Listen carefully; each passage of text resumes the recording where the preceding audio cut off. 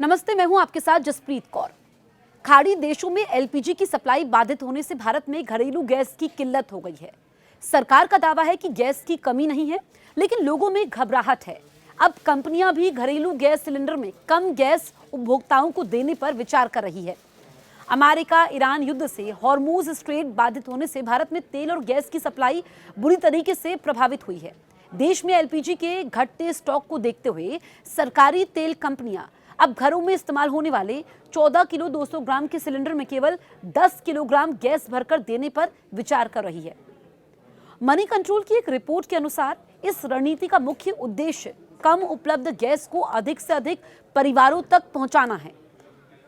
कंपनियों के अनुमान के मुताबिक 14 किलो 200 ग्राम का एक सिलेंडर औसत 35 से 40 दिनों तक चलता है। वहीं 10 किलोग्राम का सिलेंडर भी लगभग 1 महीने तक चल सकता है। इस कटौती से जो गैस बचेगी उससे उन घरों की मांग पूरी की जा सकेगी जहां सिलेंडर खत्म होने वाला है।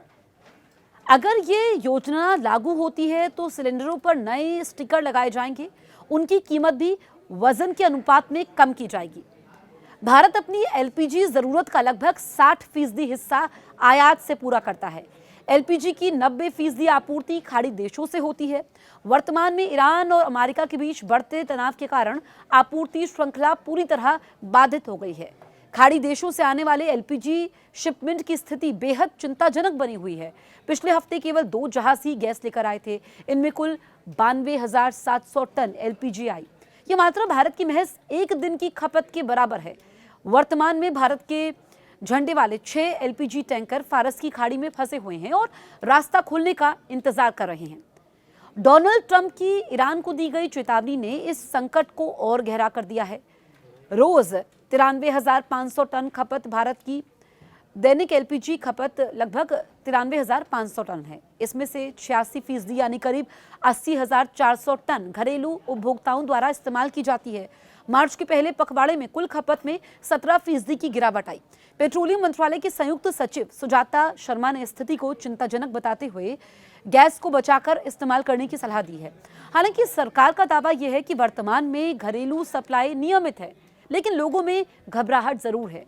और पीएम मोदी ने भी कहा है कि सप्लाई चेन बाधित नहीं होनी चाहिए। आम लोगों को फर्क नहीं पड़ना चाहिए, आम लोगों को, आम परिवारों को दिक्कत नहीं होनी चाहिए। ऐसे में सभी विभागों को इसको लेकर मिलकर काम करना होगा। लेकिन देखिए, जो मिडिल ईस्ट में तनाव है, जो संकट है, इसमें कोई दो राय नहीं कि सप्लाई चेन बाधित हुई है। और जब भी ऐसे युद्ध होता है तो फिर असर पूरी दुनिया पर पड़ता है। इसकी चपेट में दुनिया का हर एक मुल्क आता है, महंगाई बढ़ जाती है। और आप देखिए कि गैस और तेल को लेकर के तो कई देशों में हाहाकार भी मचा हुआ है, लेकिन भारत की स्थिति कई देशों के मुकाबले बेहतर है। लेकिन दिक्कत ना हो और जो हमारा स्टॉक है उसमें कोई कमी ना हो, इसको लेकर के लगातार प्रयास किए जा रहे हैं। अगर ये योजना लागू होती है कि जो सिलेंडर है उसमें गैस 10 किलो लोगों को दी जाएगी तो फिर रेट भी कम होंगे। और ये जो डिमांड ज़्यादा है और सप्लाई में कमी है, उसको पूरा करने के लिए ये विचार हो सकता है। अब ये कब से लागू होगा, लेकिन तेल कंपनियां इसको लेकर के लगातार काम कर रही है ताकि आम लोग परेशान ना हो। और ऐसे में जब भी कोई इस तरह की स्थिति आती है, क्योंकि तनाव बना हुआ है, अब आगे इजराइल अमेरिका क्या करेंगे, ईरान जिस तरीके से रुक नहीं रहा है, झुक नहीं रहा है, लगातार हमले कर रहा है। ईरान ने कह दिया कि या तो वो शहीद होगा या फिर उसकी जीत होगी। वो अमेरिका के अल्टीमेटम को भी नहीं मान रहा है हॉर्मूज स्ट्रेट को लेकर। अब देखना ये होगा कि आगे क्या स्थिति बनती है, इस पर सभी की नज़र बनी हुई है। आप इस बारे में क्या सोचते हैं, हमें कमेंट करके ज़रूर बताएं। और अगर अभी तक आपने हमारे YouTube चैनल को सब्सक्राइब नहीं किया है, तुरंत सब्सक्राइब करें।